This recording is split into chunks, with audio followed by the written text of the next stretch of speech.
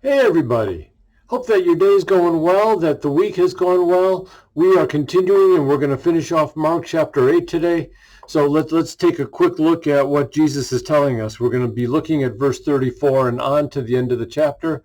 Remember, yesterday we talked about that Jesus had rebuked Peter and the disciples when Peter told Jesus, he rebuked Jesus, saying, hey, you're not going to die.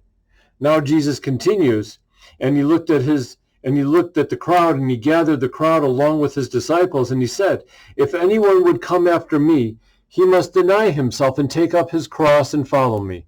For whoever wants to save his life will lose it, but whoever loses his life for me and for the gospel will save it. What good is it for a man to gain the whole world, yet to forfeit his soul and give in exchange for his soul? So Jesus is telling them what is going to happen if you follow Jesus. If anyone would come after me, you have to deny yourself. It's what Jesus says in Luke 14:26, when Jesus is telling us, you must hate mother and father, brother and sister, and life itself. And you're like, Jesus is telling us to hate? Well, yeah, he's telling us to hate, but really what it means is love less than. It's a play on words in the Greek. And so Jesus is telling us we have to love our mother and father, our brothers and sisters, our family, our wife, our children, our husbands. And we have to love them less than we love Jesus. Otherwise, we can't be his disciple.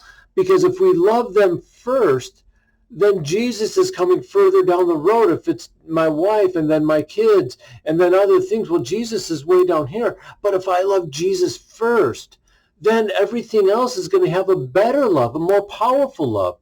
And so Jesus is telling us, if you're going to follow him, you have to deny yourself and take up your cross.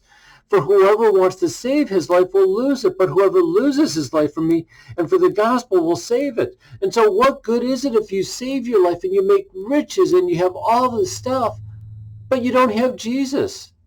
You're going to spend more time in eternity than you are in this world.